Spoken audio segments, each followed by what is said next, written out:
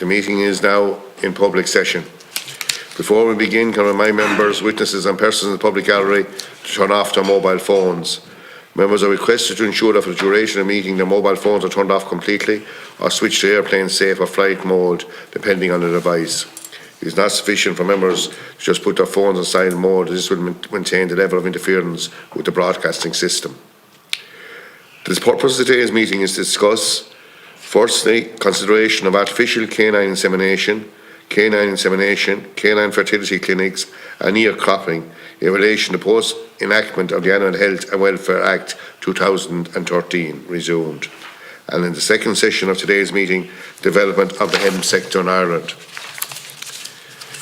In relation to committee meetings with effect from 25th of January 2022, members and witnesses have the option of attending meetings with the relevant committee within the relevant committee room rather than participating via MS Teams.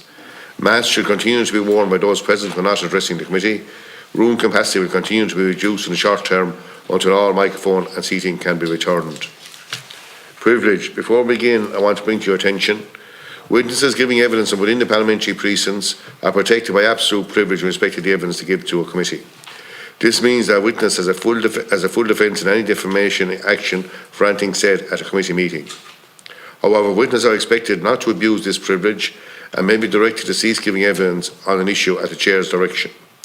Witnesses should follow the direction of the Chair in this regard and are reminded of long-standing parliamentary practice to the effect that, as is reasonable, no adverse commentary should be made against an identifiable third person or entity.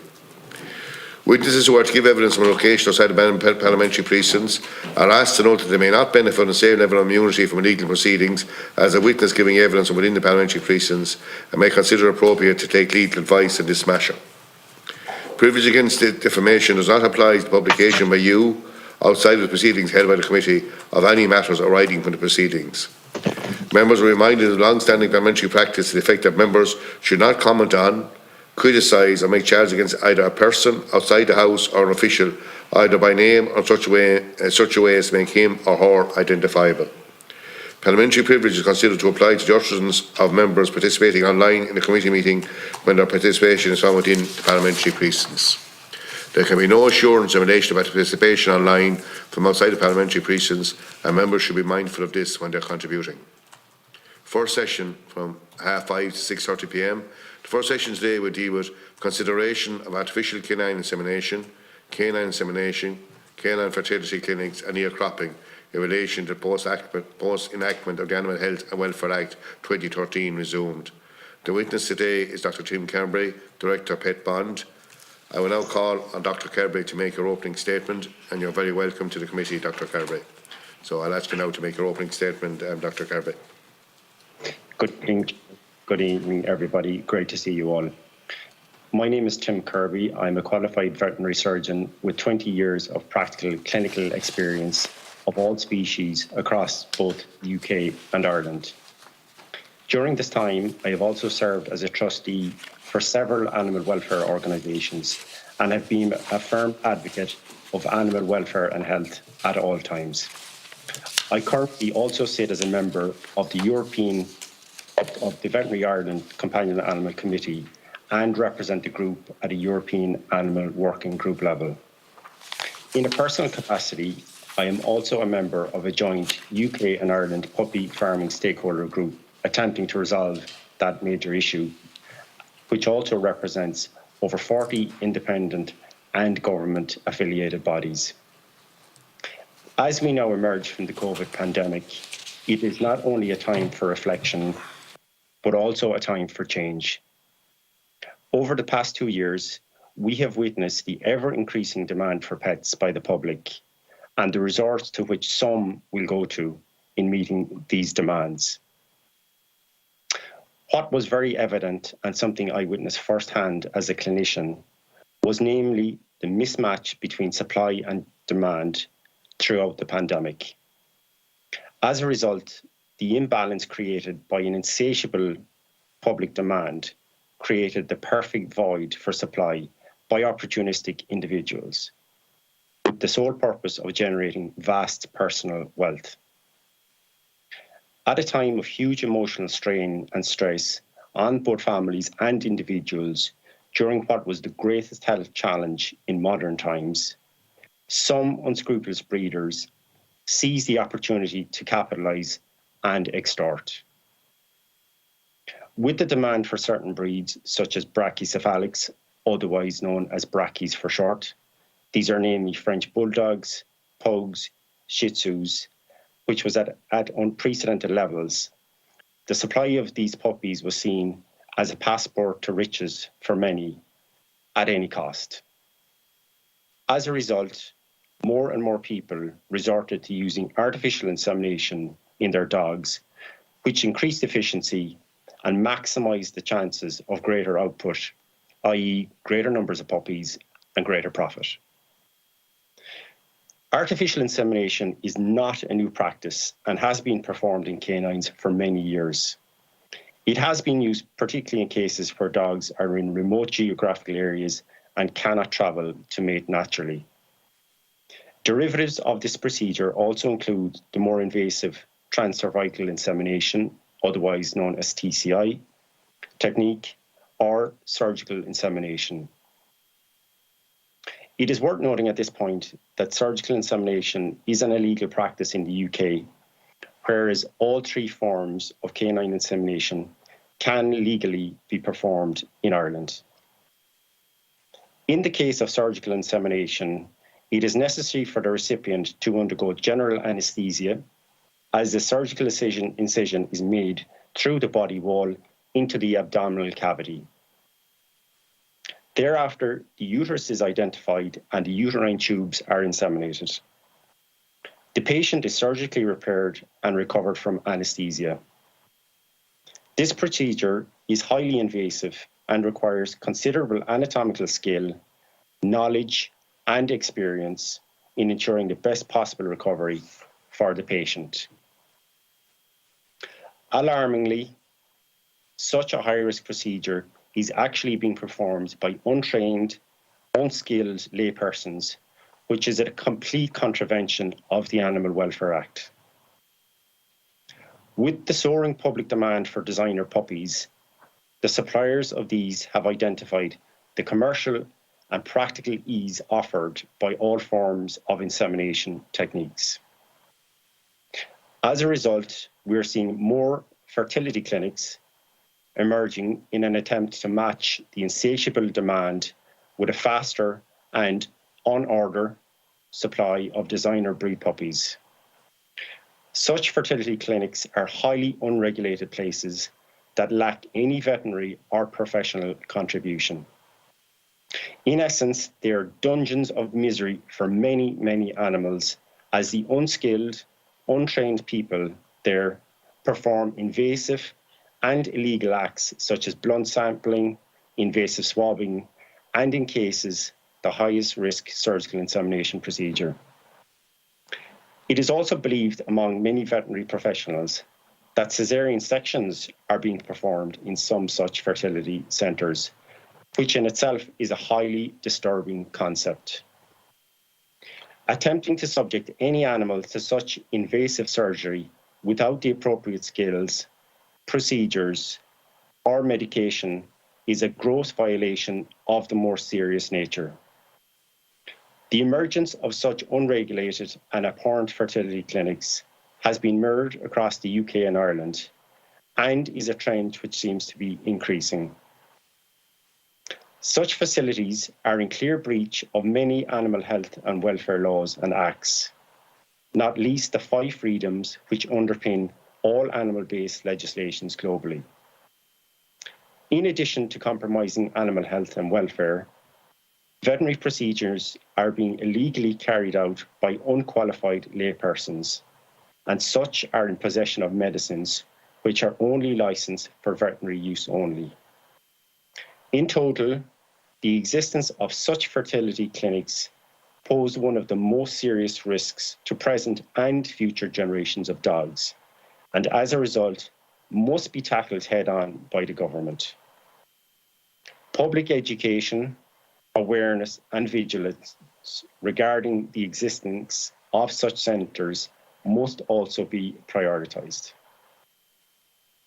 Coupled with the emergence of fertility clinics is the re-emergence of ear cropping in the past 18 months in particular. This hideous practice is solely driven by a human desire to create a better looking dog, where floppy ears do not conform to such a preposterous notion. As with designer breeds, the driving force behind the demand for ear-cropped dogs is purely and simply people. People are choosing such dogs based on looks entirely, and in some cases, ignorant of the abject cruelty inflicted on the poor dogs in cosmetically designing such ears. Ear cropping is an absolutely cruel, wholly unnecessary, and purely cosmetic procedure. There is no scientific, there is no biological or logical justification for such a barbaric act. It is shunned amongst all my professionals, and it needs to be shunned by every citizen of this country. There is no place for such a procedure in modern Irish society, and it is harrowing to think that such brutality is taking place out of public sight. Ear cropping is happening in facilities without any veterinary supervision, without anaesthetic or even pain relief. It is without doubt one of the most callous and visceral forms of animal cruelty. Removing a dog's ears not only deprives it anatomically, but it also severely restricts its ability to communicate and express itself. Dogs use their body language, and their ears especially, as a means of expressing their emotions, and by removing part or all of their ears has a catastrophic effect on their overall quality of life. I personally believe that the term ear cropping should actually be replaced with the term ear chopping, as that better represents the lack of humanity and absolute brutality involved. Without doubt, a hotline to government agencies should exist where such or suspected cases could be reported in confidence. Thank you, Chair. Thank you, Dr. Kirby. I suppose we get a lot of open statements here in this committee, and I haven't, in my term here, I don't think I've come across an open statement as disturbing as the one that you're after issuing to us. And you know, to think that in Ireland or the UK in 2022 that you can have these fertility clinics operating, and according to your report, which I'm not questioning in any regard the accuracy of it, completely unregulated. And is there any, you know, we have our Department of Agriculture here, and we have a lot of justifiable rules on animal welfare, and rightly so. But is there any policing of these fertility clinics, or have the department, you know, if you had a rogue veterinarian on the bovine side, he would very quickly be found out and prosecuted. Has there been any raids on these fertility clinics or any prosecutions in these fertility clinics, and how many of them are there in Ireland? Well, it's very difficult, Chair, to quantify the number, but certainly from, you know, colleagues and veterinary colleagues who see puppies coming in their door every single day of the week, as I do myself, you know, we often wonder, where have these puppies come from? Now, we obviously live in an era where, as I alluded to, the demand is so great that people, obviously on the supply side, are actually doing everything to supply as many puppies as they can. And with that, the sources and the origins of these or of some of these puppies is, I would say, very skeptical, to say the least. And I think that fits in with the wider issue we have with unregulated puppy farms, with industrial scale breeding, that the lack of standards, the lack of care that is exhibited by those practices, breeding practices, really fits like a glove in a hand with these practices such as AI, ear cropping, and various other procedures, may I add, which are completely unregulated as well. So again, it's part of the wider sector, the pet sector, that hasn't been, it's impossible, I would say, that it is completely policed, but there has to be greater efforts in actually determining where puppies are coming from, because I think that is a classical avenue to get back to the root cause of some of these issues as well. And, as I said, to quantify the exact numbers is very difficult, but we have heard of facilities where the public were aware of them, where veterinary surgeons certainly were notified of the existence of these. And again, there was no veterinary involvement in any of these. These are people that are doing this of their own accord, again, seizing the opportunity to extort from people that want puppies quickly. Thank you very much. I'm going to let in Senator Boylan first, because I suppose you are the senator that looked to have this subject brought before the committee, and most definitely it merits serious discussion. So Senator Boylan, I'll allow you to be first. Thank you, Chair. I appreciate that, and I'd like to offer a welcome to Dr. Tim Kirby, and I know that the work he's doing, if you're not familiar with it, with PetBond, is exceptional. I would recommend that anybody who does want to buy a puppy to avail of the support of that site. I suppose I have a couple of questions for you, Tim. I suppose one of the things that around the surgical artificial insemination, and I suppose there's 2 points of it. One, it is a very invasive procedure, even if it's carried out by a vet. And then 2, obviously you have the more concerning issues that you're raising, that there's the possibility that this is now happening without vets or anybody who's qualified. Would you say, even with a vet present, that it's something that should be limited in its uses because of its invasive nature? So that's the first question. And I know I'm quite aware that it is used a lot in greyhound racing as well as the puppy farms. The other thing then is around the requirement to only register breeding bitches. So when you're dog breeding establishments, it's only if you have 6 bitches or more. Do we need to move, because the purpose of these sessions is to look at how fit for purpose the laws are, do we need to move to enforcing anybody who's keeping stud dogs to register the case as well? So I mean, I'm familiar, and it's not hard to find them on Facebook. There's one individual, I won't name them, don't worry, Chair, but is making, if you calculate it up, about €250,000 a year in stud fees of bulldogs, of bullies. So do you think we need to move to that as well, that the studs need to be registered? And then I suppose the final thing, maybe just because it wasn't in your statement as much, is, and I know you've spoken about this before, not so much the pedigrees, but this new idea of the designer breeds and the breeding of dogs that are very different in size and different in nature. So apart from that, you have to do that through artificial insemination.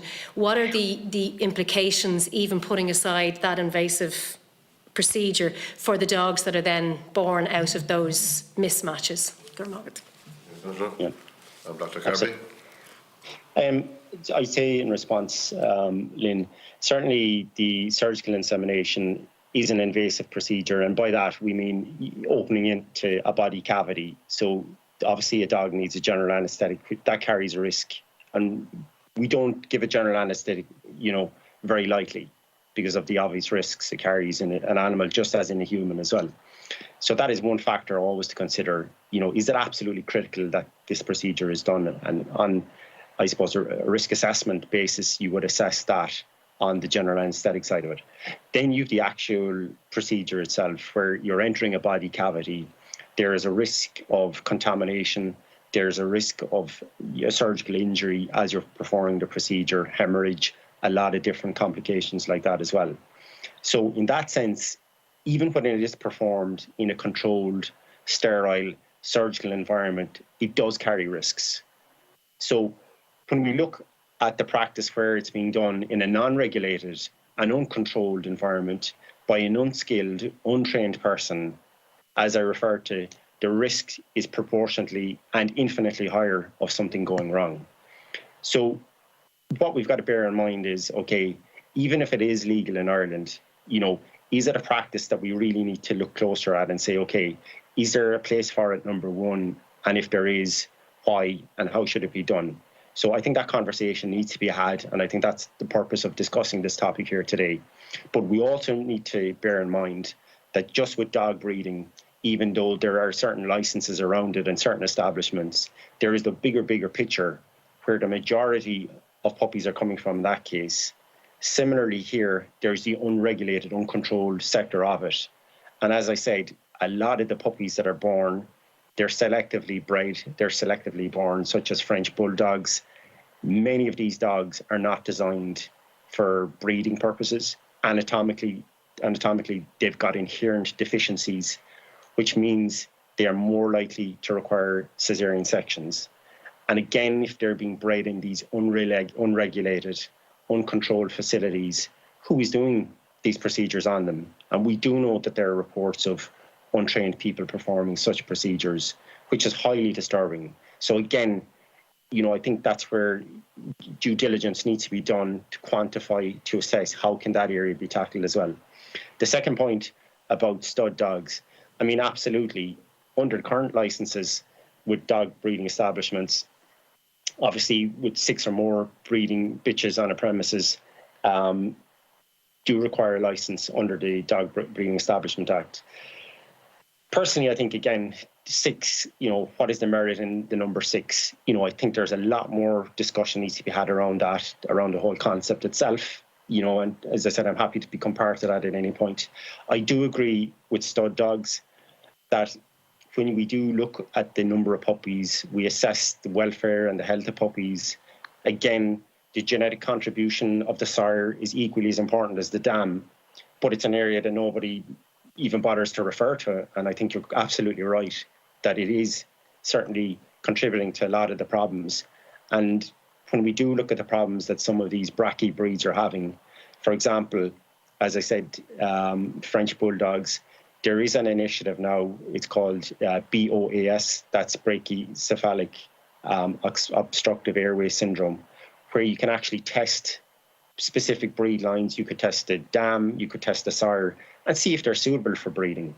And that is something that at PetBond, we are certainly encouraging. We're going to be introducing more initiatives around that, because a lot of these problems can be avoided.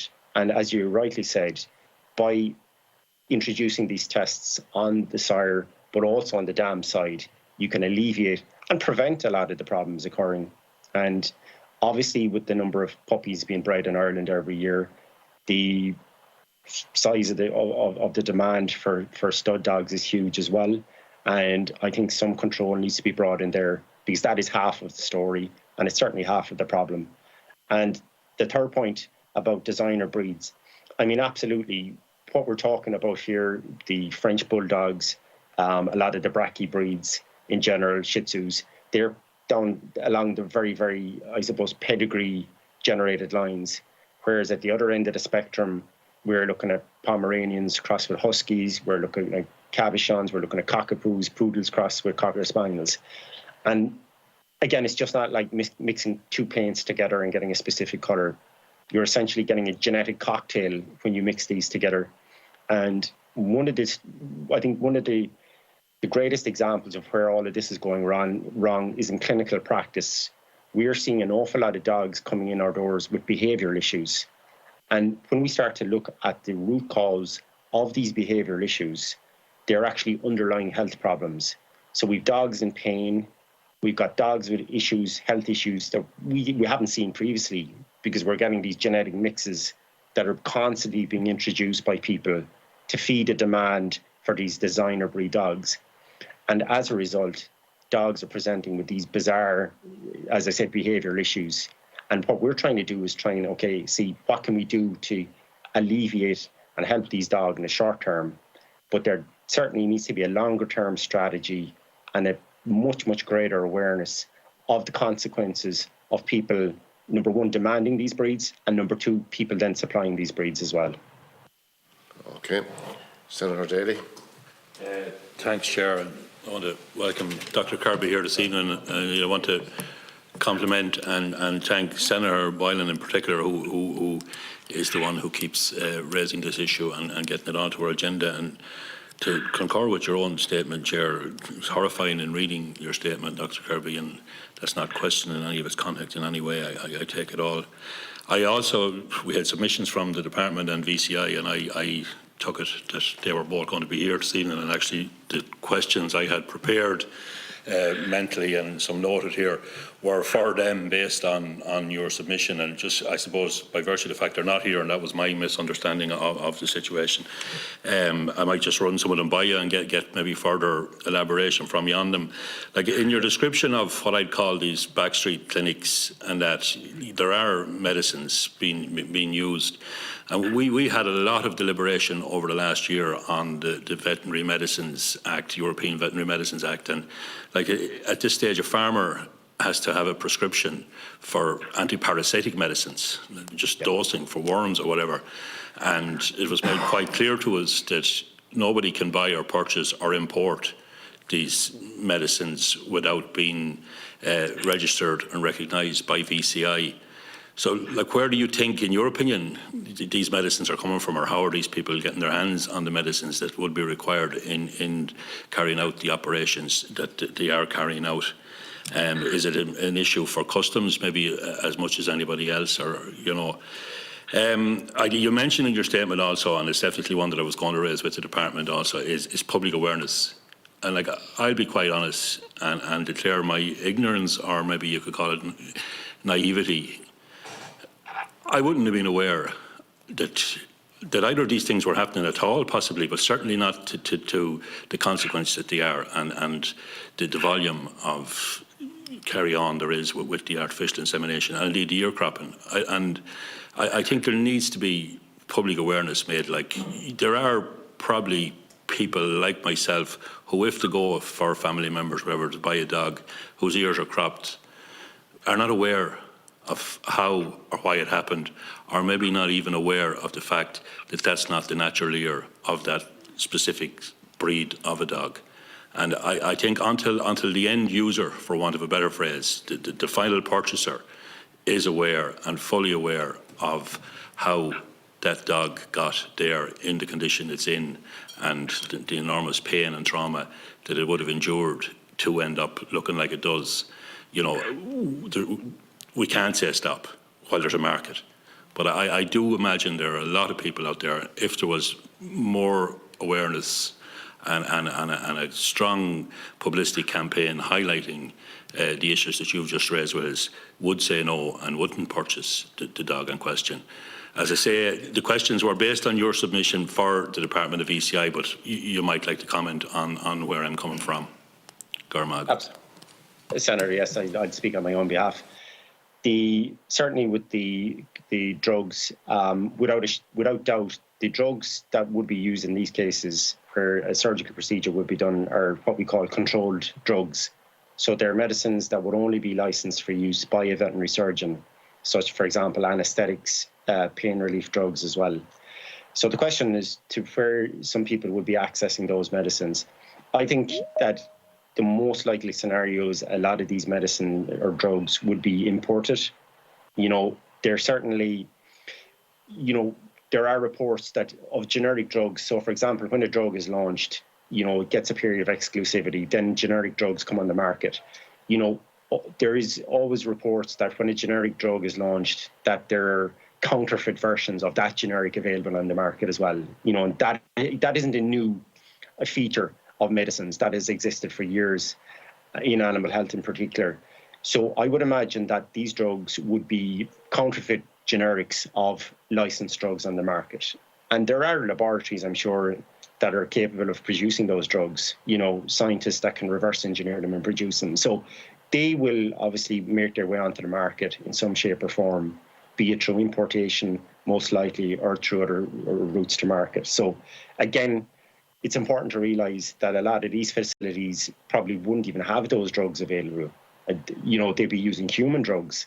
And we have seen that where people take various human medicines, give them to animals. You know, some of the breeding establishments do that to control the fertility of dogs.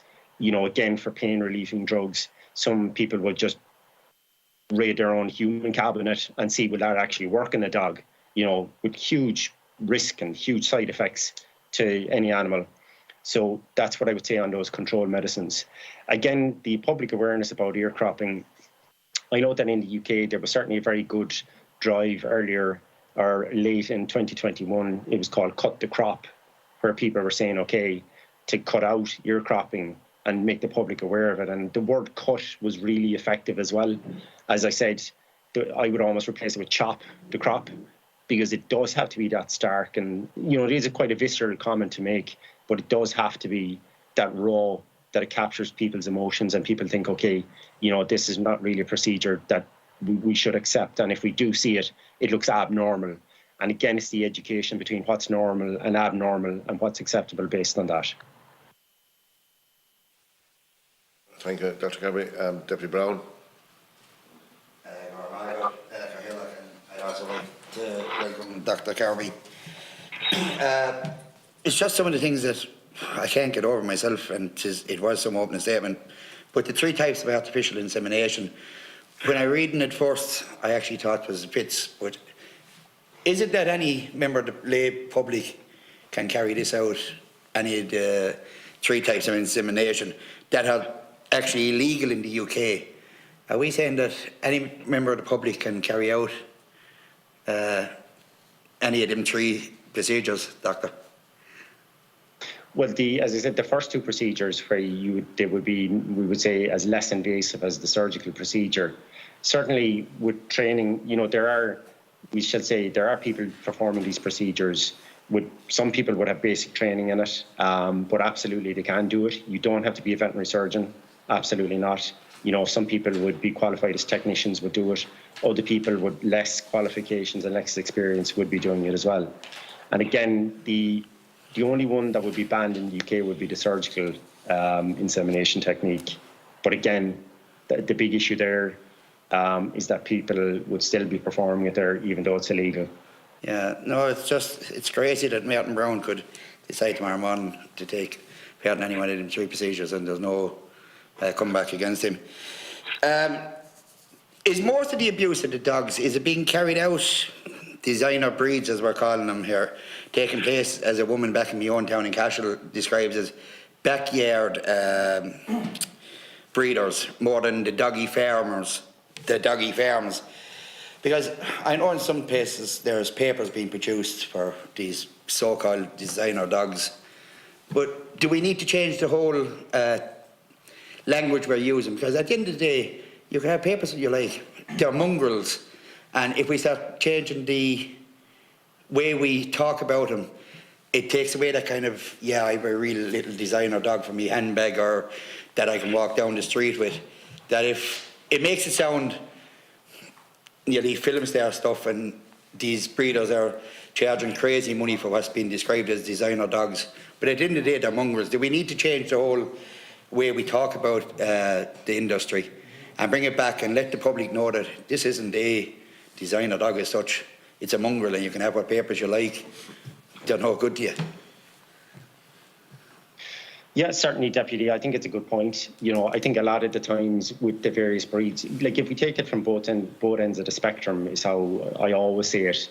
Because at one end, you would have the most finely bred pedigree dog, and then at the other end, so a lot of dogs there, we're saying, not all of them, you know, I caveat that statement, but a lot of the dogs that are the high-end pedigree, you know, we have issues such as restricted noses where they can't breed properly, and airway issues. And that's where we're trying to bring in new breed standards where we say, okay, this is what the norm should be for this dog. Its nose and its airways need to be this wide and this long. Anything that's different or less than that does not conform. And therefore, you've got some benchmarking for breeders. You've benchmarking for everybody involved in that sector of the pedigree and of breeding dogs. Now, if we look at the other end, which you're saying also applies, where we've got Cavachons, Cockapoos, Pomskis, Pomeranians crossed with Huskies as well.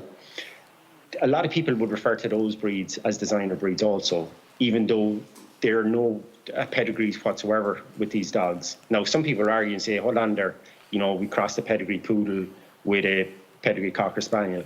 But again, it's a completely new breed you're creating. So what issues is it going to have? What behavioural issues is it going to have? As I said, it's almost opening a lucky bag, pulling something out and seeing, okay, what it actually could be. So I do agree with you that we do need to almost neutralise the language around it, because you can't make a comment without referring, as I would call it, to both ends of the spectrum, because certain things are common to both ends of the spectrum. the health and welfare of any dog will apply no matter what end of the spectrum it's on. And that's where I think we need to find a commonality in how we refer to these dogs as well. But also, as you said, it brings away some of the stigma associated with certain breeds. It doesn't glamorise, I think, certain terms as well. And that's where I think the public education around this, and sometimes, we just have to be brutally honest about what it actually is and say it for what it is, and then deal with the actual issues around that. And so we almost reverse engineer the end product, which is the problem, and then build it back up in the public mind with just direct language around that, and informing and educating people what is healthy, what is normal, and what should be acceptable from now on. Yeah. And coming back to some of these unregulated clinics, are they movable? Are these chancellors, have they had in a trailer that they're able to move around their clinics? And if so, have any of them been apprehended? And just on that, coming back to what Senator Daly was on about, the medicines themselves, right, I accept that some of them may be coming in, but are some of them being brought into this country, we say, for vets or whatever? And is there a tracing system there?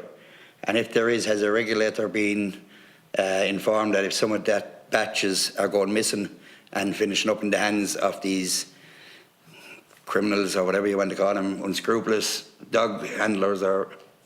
Yep. Certainly, Deputy, on the mobile units, it is very feasible to create a mobile unit for these clinics. Now, I haven't personally experienced of any mobile clinic. However, I would imagine that it is possible in practice to do such. With regards to regulation of drugs, certainly there isn't a set database that could report that a specific batch of drugs isn't recorded by the end user. So there isn't a larger database that feeds in where a single unit or a batch that's produced in the manufacturing plant of whatever company it is that's making this drug doesn't trace it right down the chain to the end user, and then that there's an upstream of information back to the producer that says, okay, we've got a log of every single entry point where this drug was used, therefore we can actually record, we've documented, and we can prove that the drug, every single, be it bottle or vial, that was manufactured was used in X, Y, or Z facility. That chain of events doesn't exist in animal health. I certainly know from the large animal side that the Department of Agriculture are introducing a much better system where, specific use of drugs can be recorded and documented. But again, on the companion animal side, that doesn't exist at this present time. Yeah, just one last one. I'm aware that others want to get in. Prior to the surge of this practice in the last 18 months, how common was the problem prior to that? And when did you draw the attention of it first to the department, and what was the response taken? And when did you start lobbying actually the government on it? And can you tell us why you think it's after taking so long to either revisit or even change the legislation in regards to your cropping? Yeah, it was a procedure, certainly, if you go back 20, 25 years ago, it was certainly performed more commonly, without a shadow of a doubt. And then with public awareness, education as well, I suppose the justification for why there wasn't any valid reason, as I said, there was no logical reason, there was no biological reason for it. That was a huge driver in making people accept and realise that there wasn't a practical purpose for it. However, in more recent times, particularly in, I think, since pre-COVID, there has been a re-emergence. And again, it fights in with all the aesthetics and basically just looking at dogs and purely on looks. And again, that's why a lot of these dogs are bred in the first place, purely on looks. There's no other logical reason for them. And again, this fits in with that idea that once they've got these short ears that aren't floppy, they actually look more attractive. And essentially, these animals are just clickbait for social media, for a lot of people as well, to increase their profile. And as sad as it is, and as sad as that sounds, there is an animal welfare consequence, and that is for these dogs as well. So the question is, can we actually get the message out there enough to people to say that this is abnormal? And again, it's like a lot of these issues in animal health and welfare, that it's the public by voting with their feet and saying that no, that actually looks abnormal, so we do not accept that. That's where I think the real change will actually happen. Yeah, thanks, Dr. Kirby. Dr. Donnelly. Gormagat Cahill. Thanks, Dr. Kirby, for the report. It does make for really shocking reading, to be honest with you. As somebody who owns a dog, you know, I have a husky. It's beyond puzzling as to why somebody would put an animal through that sort of torture, to be honest. And I find it really disturbing and upsetting. I suppose just some of the questions have been asked, but so just in relation to the demand for these, I mean, anecdotally, I know through social media that, you know, you're looking at your Cavapoos and all these types of dogs, and they seem to be everywhere. And, you know, I'll be walking my dog every day, and you see these mixtures of breeds everywhere. And it does seem to be on the last couple of years that obviously with the pandemic that people were getting dogs. And now that the pandemic is over, there's a sense of a lot of these dogs, and I found it really interesting in terms of what you said around the behavioural issues, that a lot of these people now who got these dogs, who paid huge amounts of money for these dogs, now finding that they actually can't manage them. And if they're going back to work, it's becoming even more unmanageable. So now we're facing nearly a tsunami of dogs that are being handed back and handed off or being dumped. And I think that's really disturbing. And I'm just wondering, is that something that you're seeing coming through? Because I just see it sort of anecdotally. I suppose, would it be something that's prevalent amongst those who are looking after dogs? And you're saying that the procedure is being performed by untrained and unskilled people. And I'm just wondering, when you say untrained and unskilled people, who are we talking about the dog breeders themselves, or are they bringing people in? Are these people who are setting themselves up as, you know, we're going to do this job for you, we're not exactly trained, it's illegal, or not illegal, but it's certainly dangerous, or we can do it for you? Or is it the dog breeders themselves doing it? And because it's illegal, and I noticed that the report from the Minister said that there's certainly, I think he said it somewhere, the DAFM is aware and supportive of a number of Garda-led investigations into such activities. And the only time I've ever heard of anyone being done for veterinary prescriptions, and I'm not going to name it, but there's obviously some people who are going to be up in court because of the illegal use of veterinary medicines. That is the only one I have ever heard.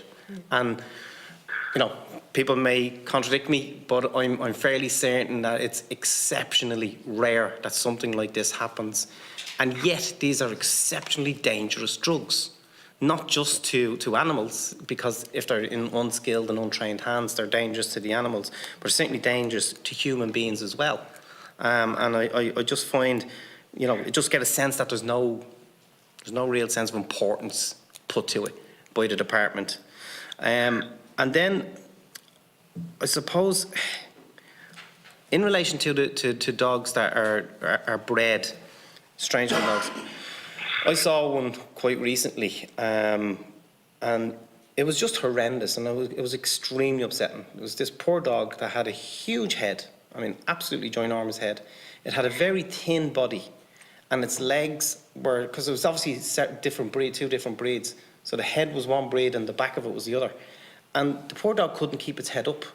And this was being promoted as some sort of show dog, you know. And thankfully, I have to say, you know, I went to the comments, and the comments were absolutely damning of this person who was showing this dog and saying, this is not normal. This is not a normal dog. You've bred two dogs that are completely inappropriate to be bred together. And I'm just wondering, surely at some level that should be illegal, that there should be some sort of standards, as you're saying, in relation to what should be bred or what can be crossbred and what can't. And I'm just shocked that there's no regulations in relation to that at all, considering the animal welfare aspect of it. And then, interestingly, just last question then, I noticed from the department when they sent their report, aspects of artificial insemination in greyhounds may be carried out by non-veterinarians subject to licence and veterinary oversight. So why would greyhounds be exempt from this? That seems illogical to me. And then the very last one is, I think a lot of the root cause of a lot of this is that my understanding that the legislation in relation to dogs in particular covers 3 departments: community and social rural affairs in the islands, agriculture, and I can't remember the third one, but I think there's 3 departments. And I think what we need to do, in my opinion, if we were to anything is to come out is to make a difference in the lives of dogs and regulation and all those things, is that we need them in one department, and we need to ensure that that there is proper resources put in to ensuring that whatever is done safe, it's done legally. And I agree with you in terms of the public awareness campaign. We need people to really see how cruel and horrific this is. Go on, Margaret. Deputy Donnelly. Dr. Kirby. Absolutely, Deputy. Absolutely. I think the concept that one single department would actually take control, I think, is something that should urgently be done. It makes absolute sense.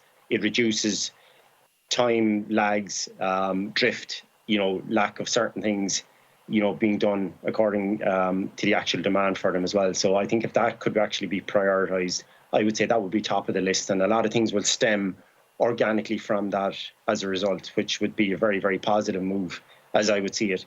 I would certainly agree, Deputy. There are, as I said, the spectrum. There are 2 ends of the spectrum here, and there's a lot of issues in between, but we got to start somewhere. I don't think we could just literally say we'll have everything resolved, in 2022, but we got to start somewhere. And what I would say is we got to start looking, for example, the issues you said, all these dogs going around, dogs that look abnormal. A lot of these dogs are coming from units that are breeding 300 and 400 bitches. They're breeding them endlessly throughout their lives. They're literally churning them out. They're commodities. That's what they are. They're just, as I said, they're a passport to wealth. These animals are a lot more than that. So we got to start, as I said, having that discussion around how that can actually be acceptable in society, that 300 bitches could be kept in any facility and even more, So it goes back to the previous point that we were saying about the number 6 in some of these establishments. I think all that needs to be debated as well, and really get to the granular level of detail and say, okay, what makes sense here? What actually is going to affect change for the lives of these animals? And then start building that up into something that could be put into practice. So again, I think there's a phased approach to all this as well, but certainly within one department and a phased approach, bite-sized chunks, a lot of progress can be made very quickly. I'm very convinced of that.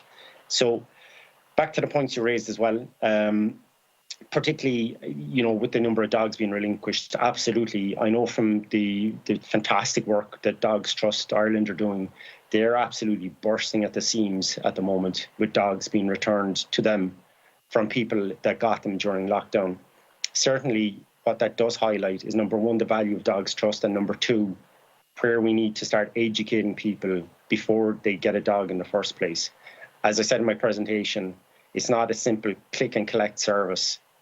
This is an actual sentient living being, and that has to be taken into account as well. And part of what PetBond does is we actually make sure that people are in the right stage of their life and are educated before they get a pet in the first place. So again, we've got to be aware if something else happens in society in the future, are we going to see the same massive demand, that insatiable demand by people for pets? They're a very good fallback. They're a very good emotional comfort. But again, it's not, I suppose, acceptable to see that when normal life resumes, that the pet is usually the first individual within that family that's going to suffer the consequence. And we're actually seeing that transpire, unfortunately, at the moment. So again, the point you raised about people performing the various procedures regarding the insemination, the various people, I would say, are people that have a little knowledge about it. And there's probably nothing more dangerous in life than somebody with a little knowledge that thinks that they know a lot more than they actually do. So again, people invariably don't have any formal qualifications. They think that once they've observed somebody doing something remotely similar that they could have a go and do it themselves. So I wouldn't say that there's a specific profile of any one individual, but certainly there are people with very, very basic knowledge that would be attempting such procedures. And again, just regarding the actual veterinary medicines themselves, you know, again, if you think that there are facilities like this out there that are breeding huge scale numbers of dogs, you know, without a shadow of a doubt, you got to ask the question, how are these people breeding so many so frequently? You know, wouldn't insemination be a lot easier? It's a lot more cost efficient. It's more time efficient. So, you know, what's going on within some of the units that are breeding large numbers? I think that question has to be asked as well. And again, the medicines around those units, and particularly the number of dogs, where are they coming from? You know, how are they being, I would say, imported would be what I would certainly be considering as the main route there. So again, they're all areas that, as part of, say, one single division and one department actually doing this in phases and bite-sized chunks, targeting those areas where you can actually say, okay, we'll get a result here, then going on sequentially onto the next issue, I think you could make a lot of progress with these various issues.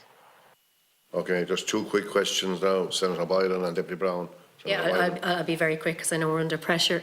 Just, I was following on, I suppose, just from when you've explained your concerns as a vet and a practicing vet for 20 years around the surgical insemination and all the risks that it comes with, because it is interesting when I put a question to the Minister, they said they weren't aware of any animal welfare concerns around surgical insemination. So I do think that's something that the committee needs to come back to, Chair, with when we have the Minister in and the department.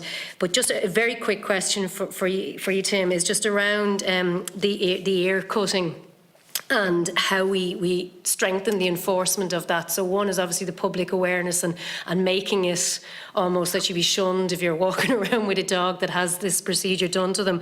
But I know when DSPCA they were talking about the potential of a phased-in ban, you know, that would allow that if somebody has an existing dog, obviously, you know, the dog can live out its life, but that you would ban the importation and the ownership of a dog with cropped ears, and that would be a way, because under the current law you can practically have to catch the person in the act of cropping the ears. So just wouldn't mind to hear your view on that and how we have better enforcement on that. Yeah, I mean, I'd absolutely... Sorry, Dr. Kirby, just a second. I'll let two questions go together, Deputy Browne. Right, it's just that the department itself, they had given the impression that the dogs with cropped ears were being exhibited at shows and that. How do you view, Dr. Kirby, of sanctions that could be put on people that are running these shows, and that if they are on a regular basis having dogs with cropped ears showing up? Is there any sanctions you'd like, if they're not there already, is there any sanctions you'd like that the department could bring in to stop the display of these dogs with cropped ears at these shows? Okay, absolutely. You know, any procedure, for example, like your chopping, there must be disincentives around that, regardless of where people see the dogs, be it out in public, being in a show or wherever. So certainly if there's a controlled environment where there are a lot of dogs in, you know, it should be possible, you know, that area is regulated to some extent. And I certainly know from discussing with a lot of dog breeders as well, that just, for example, if you consider French bulldogs and the breed standard, as I alluded to earlier, that, you know, it's not normal, it's not acceptable anymore for those dogs to have short noses. Therefore, if any of those dogs are seen at shows, or any judge is seen to award that dog or rosette to say, okay, yeah, that's a really good dog, and it doesn't conform to what now is acceptable as a breed, then there are implications.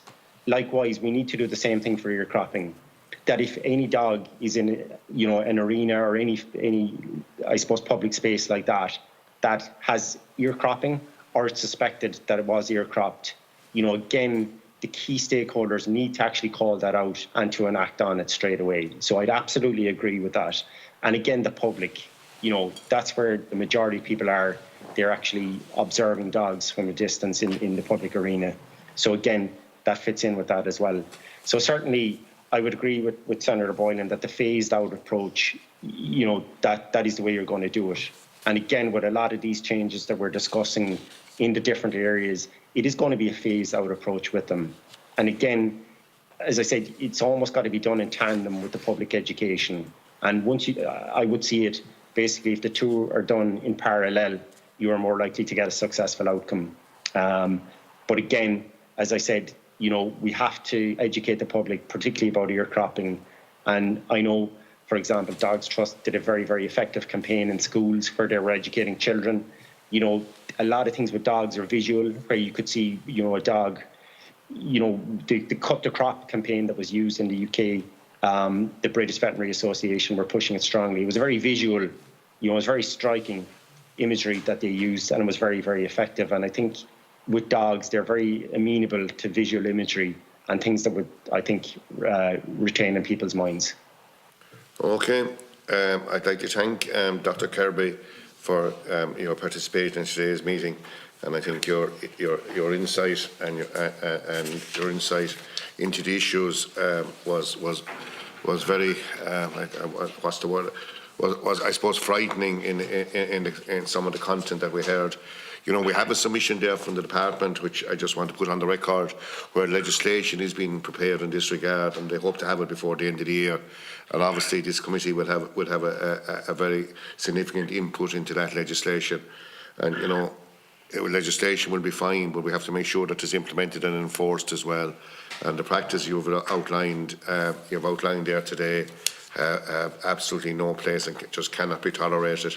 So, I know we are we are having a meeting on horse welfare in the near future, and I suppose they're all intertwined. All animal welfare issues are intertwined. And when we get that opportunity with the department, we will be raising the issues that you have raised with us. But I think it's something we will keep pressure on the Minister to ensure that this legislation gets priority and that legislation is introduced that will allow these activities to be properly penalised and hopefully outlawed and to stop them occurring. So again, on behalf of the committee, Dr. Kirby, thank you very much, and I'll now suspend the meeting to allow the witnesses for the second session to enter. Thank you.